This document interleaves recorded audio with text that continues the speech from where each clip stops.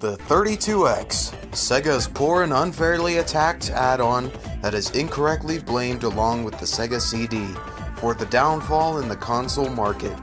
But today it will only be trotted out for a partial beating as we seek out some of the best and worst games on it.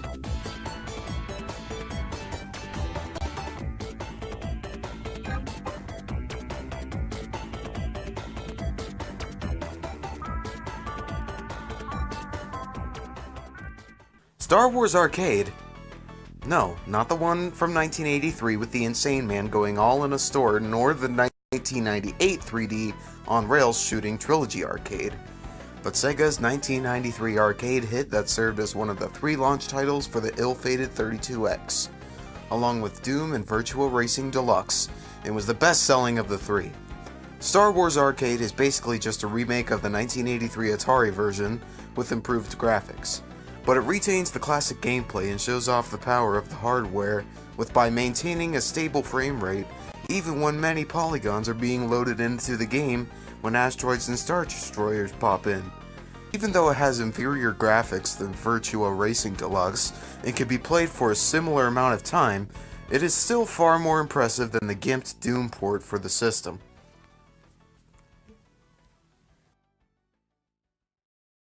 Today you may scoff at the outdated visuals of Metalhead with its early 3D and digitized talking heads, but at the time this game was a visual and technical achievement.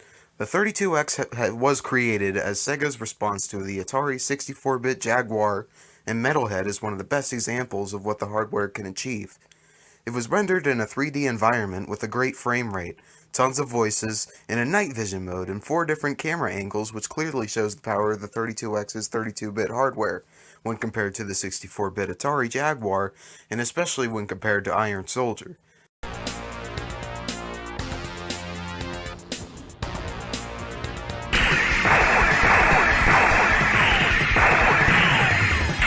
Even though on the surface its gameplay initial seems clumsy and tedious, it quickly becomes addicting with its great soundtrack and a variety of different missions that aren't just rehashes of the first few missions.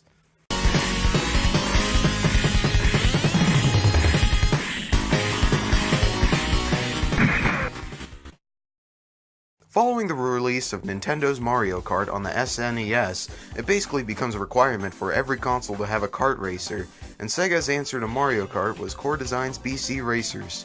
Too bad Sega was infamous for incorrect answers in the 90s. At first glance you would assume that the BC Racer is just another Mario Kart clone, but threw us in for a loop by making a completely broken game.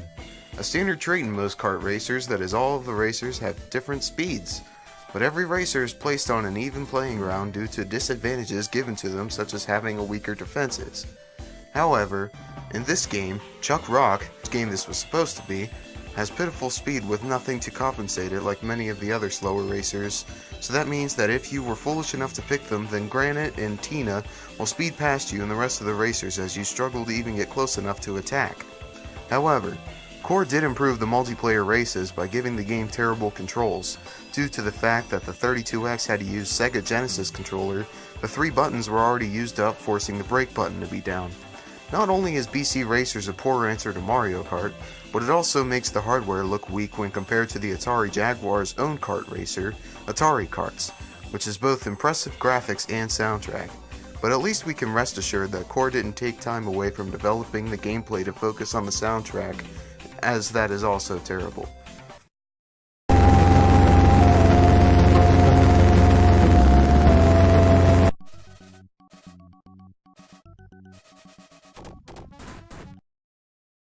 What happens when you combine the classic gameplay of Asteroids with the full utilization of 32X's hardware?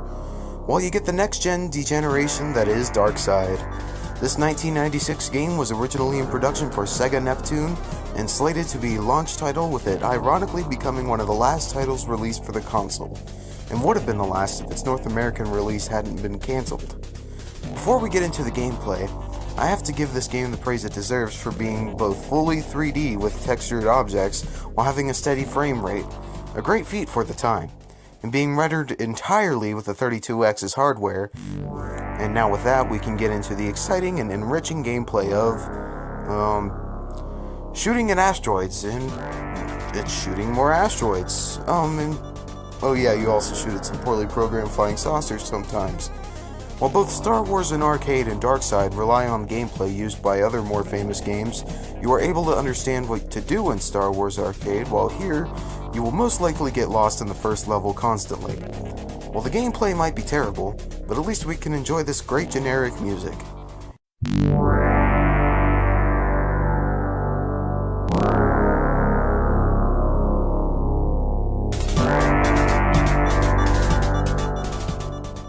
You know, in the end, even though the gameplay is rubbish, at least I can laugh at the fact that there was probably somebody in North America eagerly awaiting the release of this game.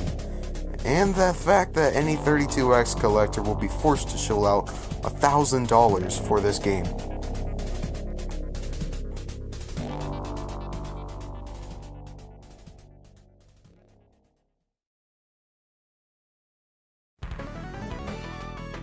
Thank you for watching this until the end, and we hope that you subscribe to both this channel and my channel, which you can find the link to in the description, and hopefully this video will get more than 10 views.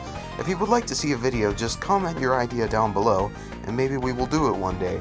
Also, Tanner is way better than Dalton.